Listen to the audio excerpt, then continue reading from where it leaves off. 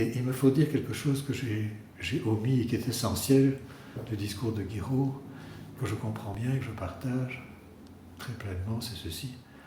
Le temps, le simple temps, la succession, celle dont je disais à propos de la musique que c'est la mélodie, ce temps-là porte une tare terrible, c'est celui qui nous tue, c'est-à-dire qui nous amène de notre naissance à notre mort inéluctablement, tandis que le temps de l'œuvre avérée, le temps énergétisé, l'espace-temps est d'une toute autre nature. Il est inaugural, il commence chaque fois, il commence au lieu de se terminer. Il n'en finit pas de commencer, si vous voulez. C'est ça une œuvre d'art, et c'est dans cette mesure-là que l'art, ou l'œuvre en tout cas, contribue à, je vais dire, à une bonne santé mentale et en tout cas à un équilibre psychologique des gens qu'ils fréquentent.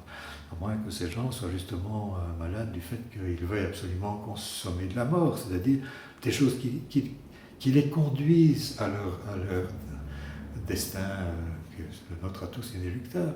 Mais je veux dire, il y a des œuvres qui échappent. Les œuvres, en fait, échappent à ça. Pensez à Matisse ou à Cézanne ou à Paul Klee, ou enfin, ou Rothko, des grands peintres, plutôt par exemple qu'aux œuvres qui se terminent immédiatement, si ce sont des œuvres, celles dont on a vidé le sens et toute la substance dès qu'on a compris leur message. Voilà. Merci beaucoup, Georges.